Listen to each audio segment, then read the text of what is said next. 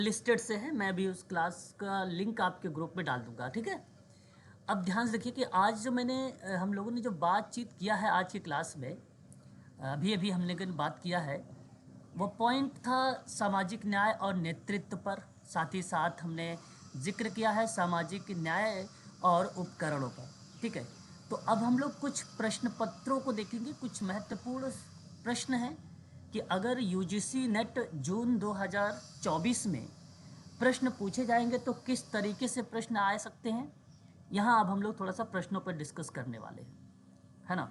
तो ध्यान से सुनिएगा आप सभी लोग, क्योंकि अभी अभी हम लोगों ने पढ़ा है कि सामाजिक न्याय प्रौद्योगिकी के बारे में, परिवर्तन के लिए योजना और दूरदृष्टि के प्रोत्साहन देना, चिंता संयोजन, सामाजिक पुनः निर्माण, रूपावली, नीति विशेषाधिकार, नीति निरूपण के लिए सामाजिक न्याय का निहितार्थ, सामाजिक न्याय के उपकरण, संविधान आधारित संरचना, भारतीय विधिक प्रणाली, विधिक लक्ष्य जो है विधिक तथा लोक पक्ष पोषण, दबाव गुट के रूप में नागर समाज जिसको हम लोग बोलते हैं नगर, या आप इसे सिविल सोसाइटी भी बोल सकते हैं, ठीक है। और एक संविधिक निकाय के बारे में।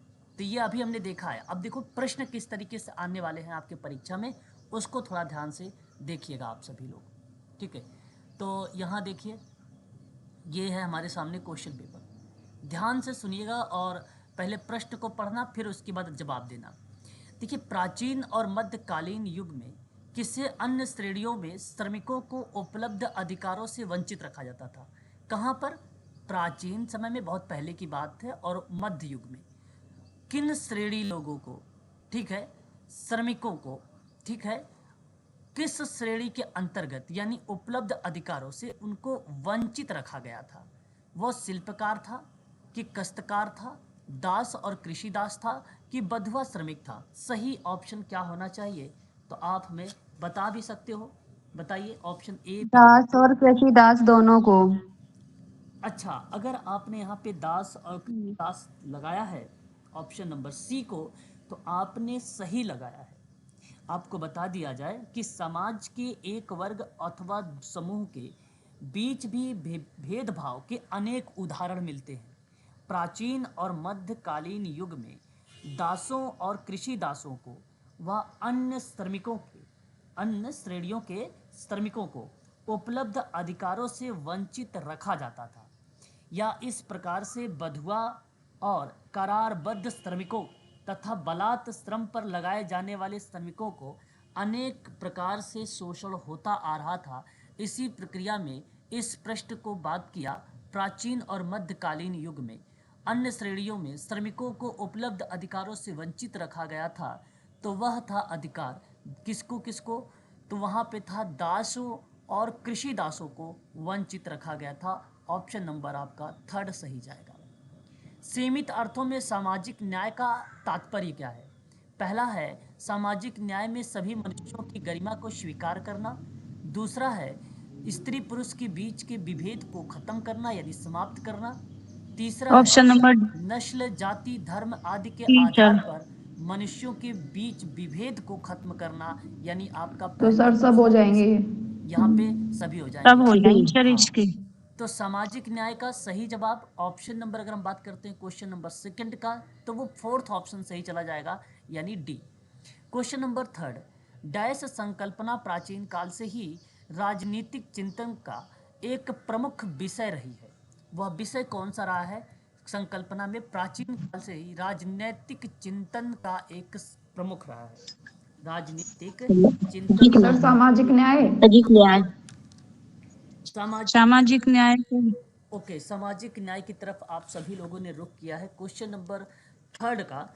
थर्ड सही जवाब जो जाएगा वो ऑप्शन नंबर आपका डी आपने सही दिया है, सामाजिक न्याय का। सामाजिक न्याय की संकल्पना बेसिकली आपको बता दें प्राचीन काल से ही राजनीतिक चिंतक का एक महत्वपूर्ण विषय रही है। आपको मैं बता चुका हूँ, वसुधैव कुटुंब, वसुधैव कुटुंब की प्राचीन भारतीय अवधारणा सामाजिक न्याय की गहनता अभिव्यक्त करता है ना। तो मैं आप लोगों को बताऊंगा इस सवाल का सही ऑप्शन, तो वो डी वाला ऑप्शन करेक्ट माना जाएगा। क्वेश्चन नंबर 4, सामाजिक न्याय से तात्पर्य क्या होगा? पहला ऑप्शन सामाजिक जीवन में अब मनुष्यों की गरिमा स्वीकार किए जाए, स्त्री पुरुष गोरे काले जाति के आधार पर भेदभाव ना किया जाए, शिक्षा की उन्नति के अवसर सबको समान रूप से प्राप्त हो। तो सामाजिक न्याय का तात्पर्य यहाँ पर क्या होना चाहिए क्वेश्चन नंबर 4 में? सर सब सभी होना चाहिए। बिल्कुल, डी। यहाँ पर ऑप्शन नंबर आपका फोर्थ फिर करेक्ट हो जाएगा, उपरयुक्त सभी। क्वेश्चन नंबर 5, आर्थिक न्याय से तात्पर्य क्या होगा? क्वेश्चन नंबर 5 में कहा कि उत्पादन की प्रक्रिया में कोई व्यक्ति दूसरे के जीवन को नियंत्रित करे। दूसरा ऑप्शन कहता है कि दूसरों में मनमानी शर्तों पर काम कराने की शक्ति। तीसरा ऑप्शन कहता है सब लोगों को अपनी अपनी योग्यता और परिश्रम का उचित लाभ। चौथा ऑप्शन कहता है कि कुछ ऑप्शन नंबर सी के लिए सर सत्ता इसका। का मार्ग खुला है। सर सी। सी सर इसका सी है।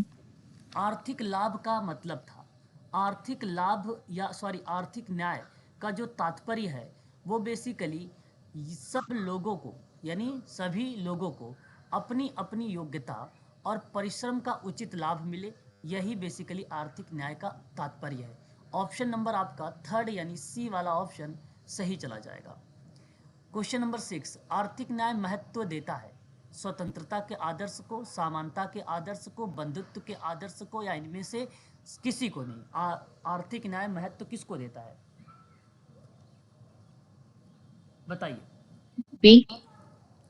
आर्थिक न्याय बेसिकली अगर हम बात करते हैं तो सर जी समानता का आदर्श हाँ, को। समानता के आदर्श को बेसिकली महत्व देता है, बल देता है। आर्थिक मैं बात कर रहा हूँ न्याय के बारे में, है ना। और सवाल हमारे सामने सिंपल है, कहता है कि आर्थिक न्याय का मीनिंग बताइए, आर्थिक न्याय का मीनिंग बताइए, और उस मीनिंग के आधार पर उसकी इम्पोर्टेंस को आपको समझाना था।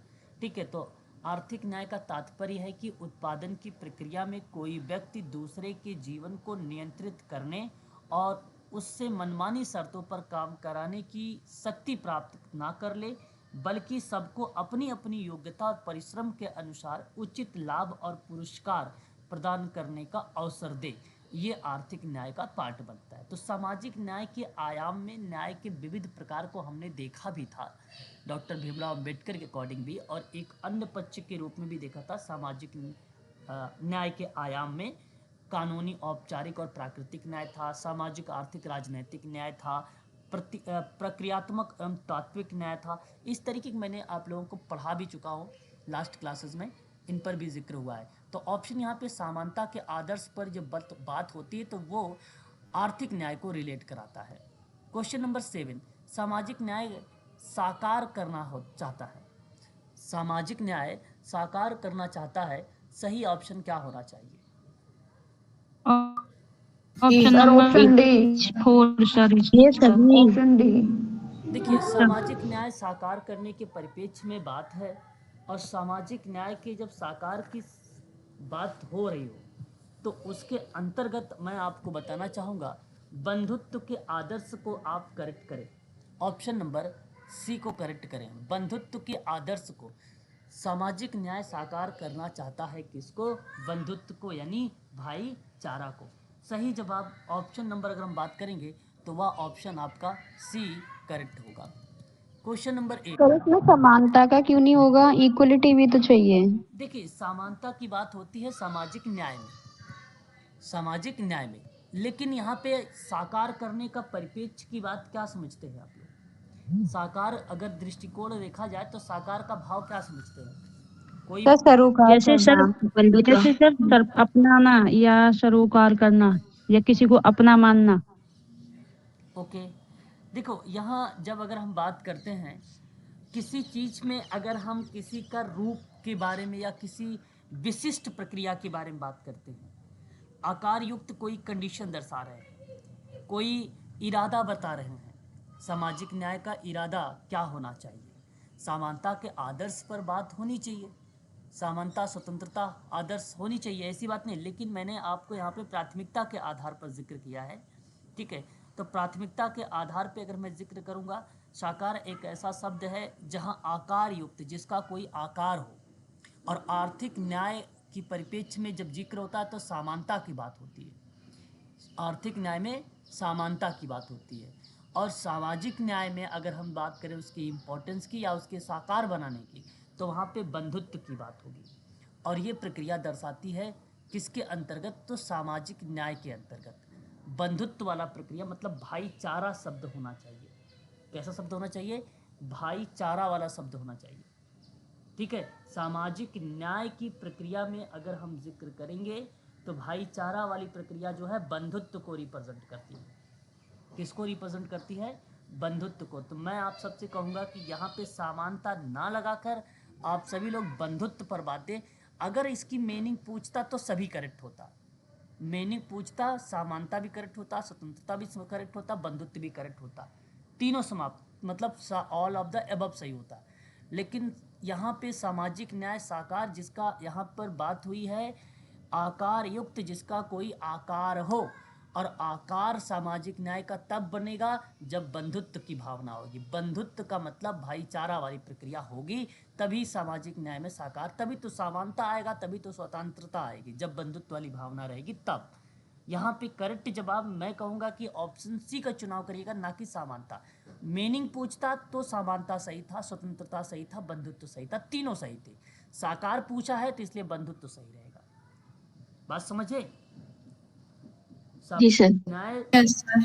हाँ ये चीज़ ध्यान रखिएगा, सामाजिक न्याय इस शब्द को अगर किसी ने गढ़ा है तो जॉन रॉल्स ने गढ़ा है। ठीक है, जॉन रॉल्स ने। सही जवाब ऑप्शन नंबर जो जाएगा वो सी वाला सही होगा। तो सामाजिक किसने न्याय के कहा है? संबंध में अब देखिए जी, तो किसने कहा है सामाजिक न्याय शब्द का? John Rawls. अच्छा, सबसे पहले यूज किया था? जी, जॉन सबसे पहले यूज किया था जॉन रॉस जी ने। जी जी जी, जॉन रॉल्स ने सामाजिक न्याय की संकल्पना दी है समाजवाद की। किसमें, समाजवाद में। ठीक है, और यहाँ सामाजिक न्याय संबंधित बताइए। अब देखिए इस सवाल का क्वेश्चन नंबर 8 है। देखो, सामाजिक न्याय संबंधित होगा समाज के न्याय से, राजनीतिक न्याय से, आर्थिक न्याय से।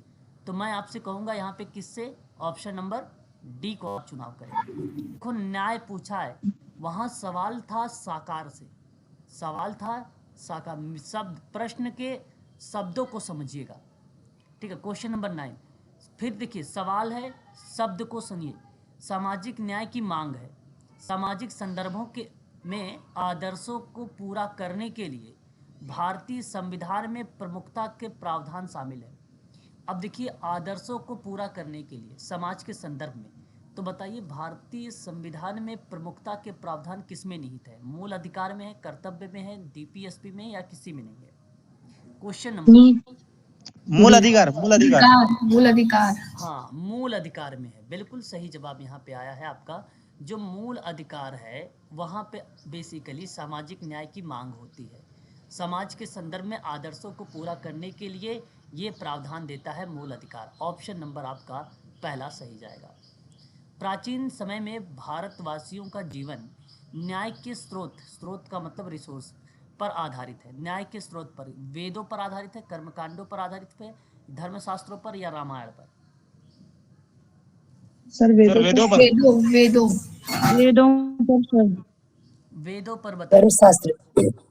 धर्मशास्त्र में, धर्मशास्त्र में न्याय की अवधारणा ने उससे संविधान में वर्णित न्याय की अवधारणा मूल रूप से भिन्न है, उससे मूल रूप से क्या है, भिन्न है। कई बातें जो है धर्मशास्त्र की दृष्टि से न्यायपूर्ण मानी जाती थी, अब संविधान के अनुसार अन्यायपूर्ण मानी जाती है। और बहुत सी ऐसी बातें हैं जो अन्यायपूर्ण मानी जाती थी, वे अब न्यायपूर्ण मानी जाती हैं। प्राचीन समय में न्याय के निर्धारण का आधार ईश्वर था। ईश्वर या पैगंबर द्वारा जो कुछ कहा गया वह न्याय था। विवादास्पद प्रकरणों में संत, पीर, पादरी, मौलवी, पुजारी आदि का ये विचार था कि निर्णायक माना जाता था, क्योंकि उन्हें ईश्वरीय शक्ति से विभूत माना जाता था। तो मेरा कहने का तात्पर्य, प्राचीन समय में भारतवासियों का जो जीवन था पहले के समय में, वो न्याय के स्रोत पर आधारित था, यानी धर्मशास्त्रों पर आधारित था, ना कि रामायण पर आधारित था, ना ही वेद, ना ही कर्मकांड पर। ऑप्शन जो जाएगा वो बी ऑप्शन आपका सही माना जाएगा यहाँ पर। ठीक है, ये बात ध्यान रखिएगा। न्यायिक विकास के किस चरण में वैधानिक एवं न्यायिक अधिकार जन सामान्य के हाथों में आ गया है? प्रथम चरण, द्वितीय चरण, तृतीय चरण या इनमें से कोई नहीं? इनमें से कोई नहीं, ये आपको बताना है। क्वेश्चन नंबर 11 है, सही जवाब आपको दर्शाना है। सही जवाब प्रथम चरण। आपको बता दें क्वेश्चन नंबर 11 के अंतर्गत आपको बता दें कि न्यायिक विकास के कुल कितने चरण थे। न्यायिक अधिकार की बात हो या न्यायिक विकास की बात हो, फ्रांस की राज्य क्रांति की जनजीवन पर व्यापक और दूरगामी प्रभाव पड़ा था। तो न्याय की अवधारणा और न्याय के अधिकार के क्षेत्र में मौलिक परिवर्तन हुआ था उस समय। जब मौलिक परिवर्तन हुए तो वहाँ पे न्यायिक विकास होना शुरू हुआ। तो न्यायिक विकास के किस चरण के अंतर्गत वैधानिक और न्यायिक अधिकार जन सामान्य के हाथों में आ गया? तो वो था तीसरा चरण। वो कौन सा था?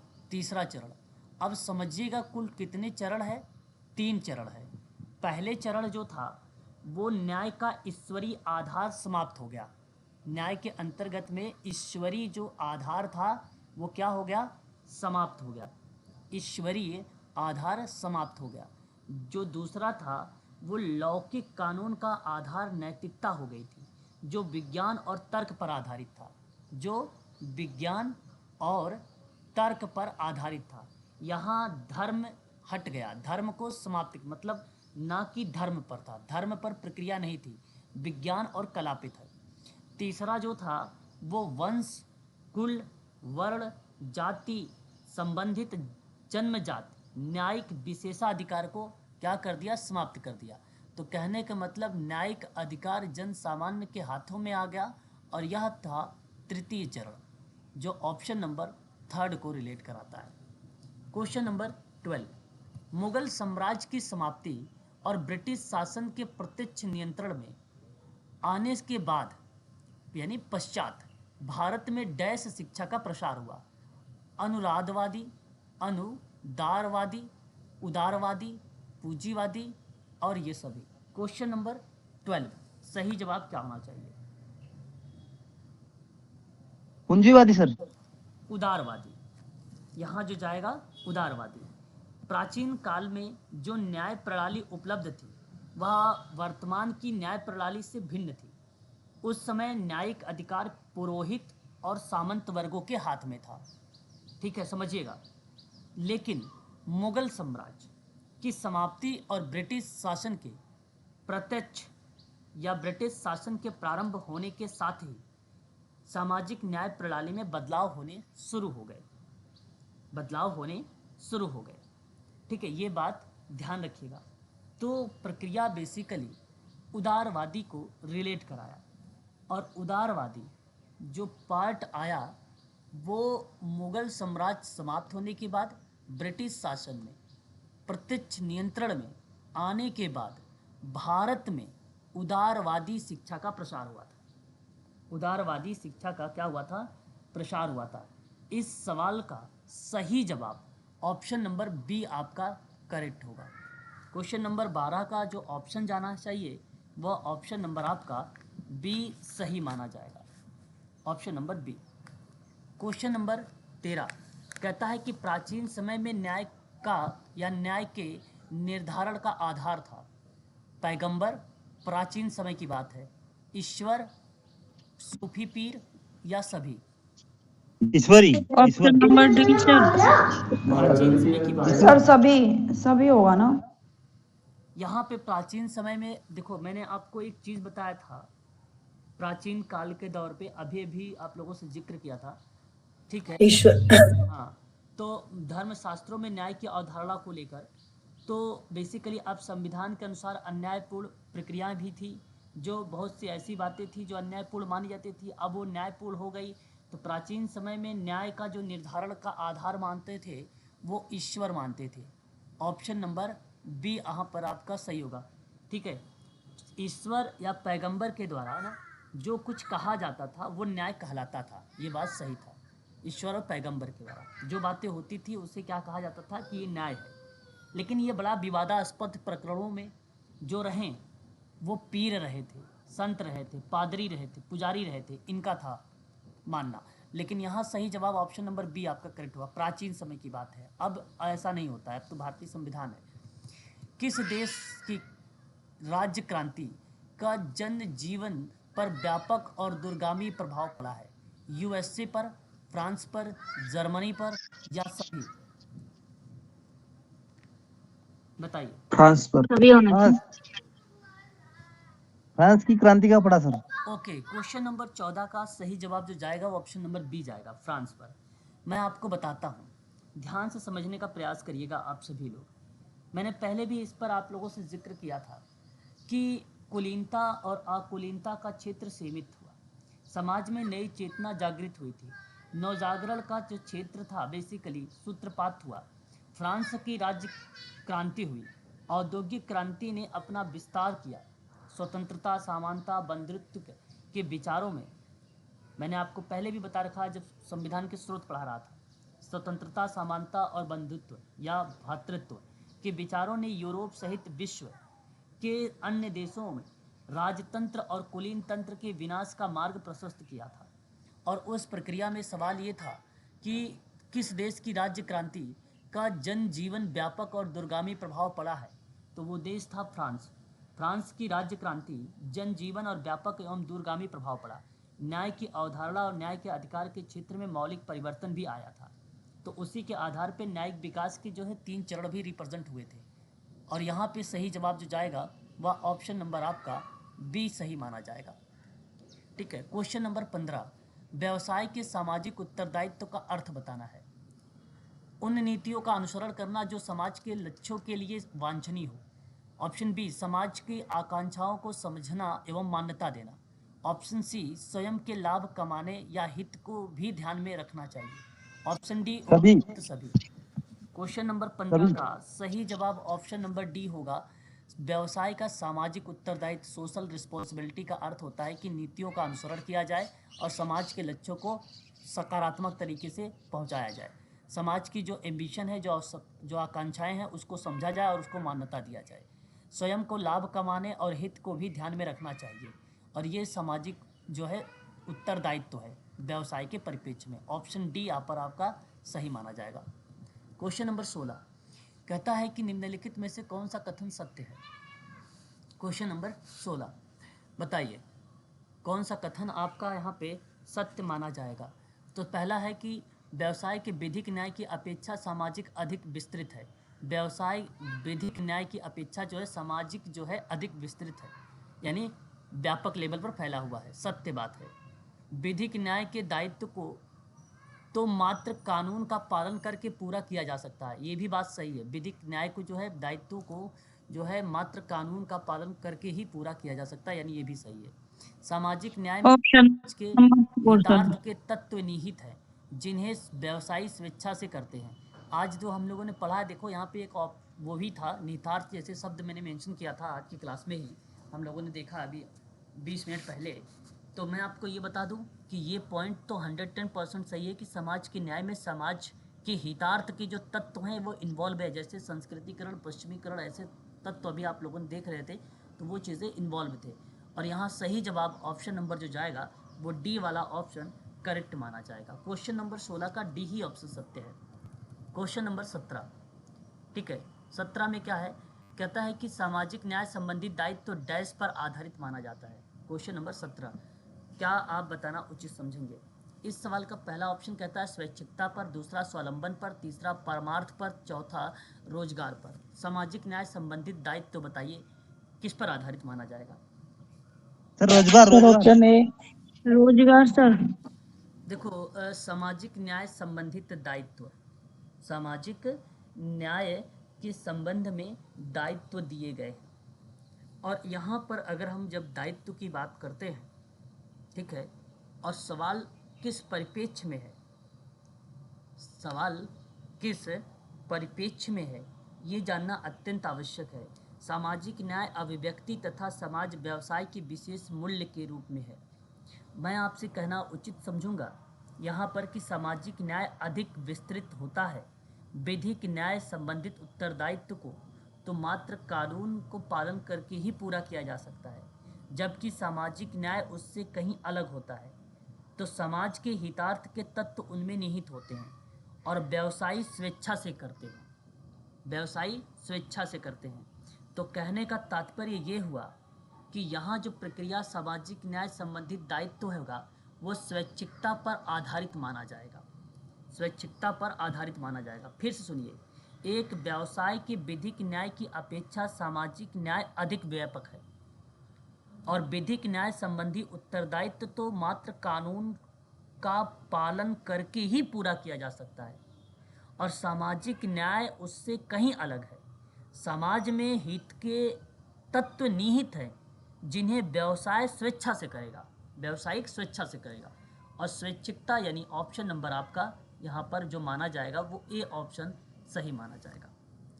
क्वेश्चन नंबर 18, न्याय सामाजिक उपयोगिता का सबसे महत्वपूर्ण तथ्य या कथन किसका है? अब उपयोगिता की बात है। किसकी बात है? उपयोगिता की बात है। तो सही जवाब क्या होना चाहिए? इस प्रश्न का जवाब आपको बताना है। Question option number C sir. 18 का हम बात करते हैं तीन ऑप्शन विद्वानों नंबर के C sir. Sir C John Rawls. Yes sir, John Rawls. A नहीं। A sir. यहाँ देखो, सामाजिक न्याय की उपयोगिता का सबसे महत्वपूर्ण तत्व कथन किसका है? बी। मैं आपको बता दूं। John Stuart Mill. हाँ, आप एक जॉन परिभाषा, स्टुअर्ट मिल। अब आप सुनिएगा, इनकी एक परिभाषा है सामाजिक न्याय में। ये परिभाषा इन्होंने दिया है, न्याय सामाजिक उपयोगिता का महत्वपूर्ण तत्व। ये डेफिनेशन इनकी है। जॉन रॉल्स की जो परिभाषा थी वो सामाजिक न्याय की संकल्पना में रॉल्स समाजवाद को देते हुए कहा है कि व्यक्ति की गरिमा की बात उसे व्यक्तिवादी विचारक सिद्ध करता है ना। उपयोगिता का विरोधी है ये जॉन रॉल्स, लेकिन ये उपयोगिता का सबसे महत्वपूर्ण साधन माना गया जॉन स्टुअर्ट मिल ने, ठीक है। और उपयोगिता का विरोधी है समाज न्याय का सरोकार करने वाला का जो कारण है, ये कंडीशन जॉन रॉल्स का है, ठीक है। अरस्तु का क्या था? शक्ति और सत्ता वितरण व्यक्ति की योग्यता और सहयोग के अनुसार होना चाहिए, ये अरस्तु का था। और महात्मा गांधी जी की जो भूमिका थी वो किस परिप्रेक्ष्य में थी? न्यायिक परिप्रेक्ष्य में थी। आपने नास्तिकता का एक सिद्धांत पढ़ा होगा। नास्तिकता का सिद्धांत वो किसका है? महात्मा गांधी जी का।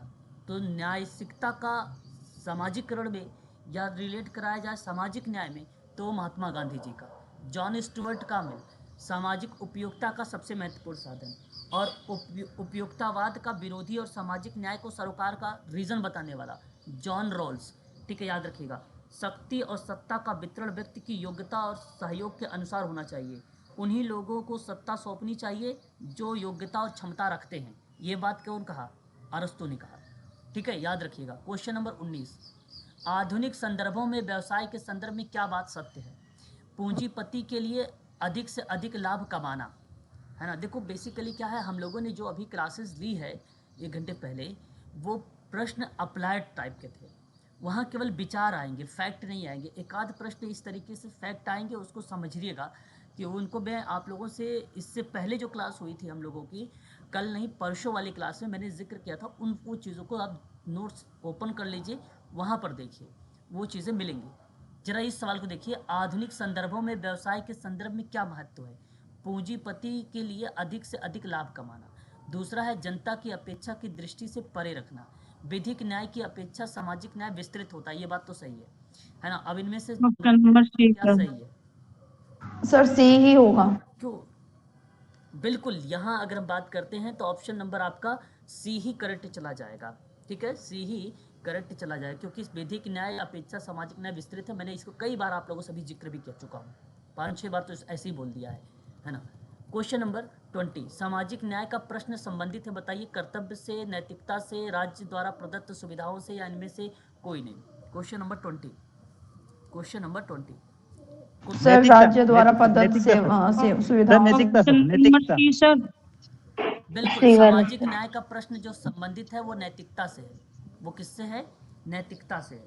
सामाजिक न्याय का जो संबंध है वो किस शब्द से रिलेट कराता है? तो नैतिकता से कराता है। इस बात को कर्तव्यों से नहीं होता है, ना ही राज्य द्वारा प्रदत्त से होता है। ऑप्शन आपका जो जाएगा वो बी वाला ऑप्शन सही होगा। क्वेश्चन नंबर 21 देखिए, कम्युनिटी शब्द जो है दो शब्दों से मिलकर बना है, जैसे कॉम प्लस म्यूस मिलकर बना है। कॉम का अर्थ आपको बताना है, मैंने पढ़ा चुका हूँ। एक साथ। एक साथ सर। पहला ऑप्शन यहाँ पे करेक्ट हो जाएगा। अभी हम लोगों ने परसों वाली क्लास में ये भी पढ़ा था। क्वेश्चन नंबर 22, समुदाय शब्द का अर्थ व्यक्तियों का ऐसा समूह जो किसके जागृत हो जाने पर स्वतः विकसित हो जाता है। क्वेश्चन नंबर 22 देखो, एक सर डी, ऑप्शन डी, हाँ, ऑप्शन डी। मैंने समुदाय की आप लोगों को क्या पढ़ाया था? विशेषता पढ़ाया था, ठीक है। समरूपता था, सामुदायिक भावना था, सामान्य जीवन और सामान्य नियम भी थे। इसलिए आप क्या कहोगे यहाँ पे? डी कहोगे। भू भौगोलिक क्षेत्र भी था। कभी कभी प्रश्न ऐसे पूछेगा कि इनमें से बताओ कौन सा नहीं है, ये भी ध्यान रखना। क्वेश्चन नंबर 23, समुदाय का क्षेत्र उसके समुदायों में किसकी समानता पर निर्भर होती है? आर्थिक पर, संस्कृति पर, राजनीति पर या सभी पर? Question number 23। सभी पर सभी। सभी पर सर, बिल्कुल, डी। यहाँ पर समुदाय का क्षेत्र जो है उसके समुदायों में जो आर्थिक, सांस्कृतिक, राजनीतिक समानताओं पर निर्भर होती है। ऑप्शन नंबर आपका डी करेक्ट होगा। क्वेश्चन नंबर 24, किसी व्यक्ति, समुदाय, संगठन की आर्थिक, राजनीतिक और सामाजिक, शैक्षिक, लैंगिक, आध्यात्मिक शक्ति में सुधार को कहा जाता है? सामाजिकरण, सशक्तिकरण, केंद्रीकरण या उद्दीपीकारक? क्वेश्चन नंबर सर सशक्तिकरण। 24 का सही जवाब बेसिकली सशक्तिकरण ही आएगा। यहाँ पे सशक्तिकरण ही ऑप्शन सही जाएगा। मैंने सशक्तिकरण में पढ़ाया था एक व्यक्तिगत सशक्तिकरण, एक पढ़ाया था सामुदायिक सशक्तिकरण, ठीक है। सवाल कि किसी व्यक्ति, समुदाय या संगठन के आर्थिक और राजनीतिक, सामाजिक, शैक्षिक, लैंगिक, आध्यात्मिक शक्ति में सुधार को सशक्तिकरण ही कहा जाता है। ये परिभाषा है। ऑप्शन नंबर आपका बी वाला यहाँ पर करेक्ट जवाब हो जाएगा। सशक्तिकरण की डेफिनेशन है यहाँ पर। उसके बाद देखिए, व्यक्तिगत सशक्तिकरण अन्य सभी समाज वर्गों में सर्वथा भिन्न है, क्योंकि इसमें रीज़न है क्यों भिन्न है। क्योंकि यहाँ पर कहेंगे कि व्यक्तिगत सशक्तिकरण उन सभी सामाजिक और आर्थिक मनोवैज्ञानिक कारकों को क्रियान्वित करता है, इसलिए भिन्न है। बात सही है। दूसरा कहता है कि जो व्यक्ति और उसके पर्यावरण, परिवार, समुदाय और समाज को प्रभावित करता है, ये भी बात सत्य है। इसलिए मैं आप option number C sir. B का चुनाव करिएगा, सॉरी सी का चुनाव करिएगा। ऑप्शन नंबर सी का चुनाव करिएगा। क्वेश्चन नंबर 26, सामाजिक न्याय, सामाजिक परिवर्तन की परिणति के स्वरूप समाज में सामाजिक परिवर्तन का अर्थ क्या बनेगा? पहला ऑप्शन कहता है सामाजिक तंत्र की संरचना और कार्य व्यापार में परिवर्तन। दूसरा कहेगा समाज की भौतिक और गैर भौतिक संस्कृति में परिवर्तन। सामाजिक परिवर्तन की डेफिनेशन है ये। मूल्य और मानदंड में परिवर्तन। देखो, इन पे मैंने आज ही बात किया है, सभी। तो सभी आप लोग बता सकते हो। ऑप्शन नंबर डी यहाँ पे करेक्ट हो जाएगा, सभी। क्वेश्चन नंबर 27, श्रम विभाजन की नई विधि और उत्पादन प्रक्रिया का संगठन किसके परिणाम स्वरूप सामने आया है? किसके परिणाम स्वरूप सामने आया है? पहला ऑप्शन, नई प्रौद्योगिकी और किराए के श्रमिकों द्वारा बृहद कृषि कराने पर, पहला पॉइंट। दूसरा है नई प्रौद्योगिकी को सीमित रूप में प्रयोग लाने पर। मैंने पहले अभी पढ़ाया था सामाजिक न्याय के बारे में प्रौद्योगिकी को लेकर, है ना, याद रखिए। और फिर मैंने पढ़ाया श्रम विभाजन के लिए अस्थायी मानक के उचित वितरण से। ऑप्शन बताया है आपके सामने डी, प्रयुक्त सभी। क्वेश्चन 27 में ना सही जवाब ऑप्शन पहला जाएगा। 27 का पहला होगा कि श्रम विभाजन नई विधि और उत्पादन प्रक्रिया का संगठन, नई प्रौद्योगिकी, किराए के श्रमिकों द्वारा बृहद कृषि कराने पर परिणाम स्वरूप सामने आया है। कृषि के संबंध में है। ऑप्शन नंबर पहला यहाँ पे करेक्ट हो जाएगा क्वेश्चन नंबर 27 का, ठीक है। पीडीएफ में अभी भेज दूंगा, पीडीएफ देखना, उसमें आपको मिलेगा पहला पॉइंट, ठीक है, लिखा हुआ। क्वेश्चन नंबर 28 आपको मैच करना है। भारतीय दास्ता का अधिनियम कब आया था? मैंने अधिनियम भी आप लोगों को लास्ट 2 क्लासेस में मैंने पढ़ा चुका हूँ। 1843। तो आप लोग क्या बताना चाहोगे? क्वेश्चन नंबर 28 का आप लोग पहले पॉइंट को 1843 को दर्शाया। जाति नियोक्ता निवारण एक अधिनियम है, ये 1850 को दर्शाया। समान परिश्रमिक अधिनियम है 1976। सिविल अधिकार संरक्षण अधिनियम है 1955 दर्शाया। इस हिसाब से ऑप्शन जो जाएगा वो ऑप्शन नंबर आपका बी करेक्ट हो जाएगा। क्वेश्चन नंबर 29 देखिए, कहता है सामाजिक वर्ग किसको रिलेट कराता है?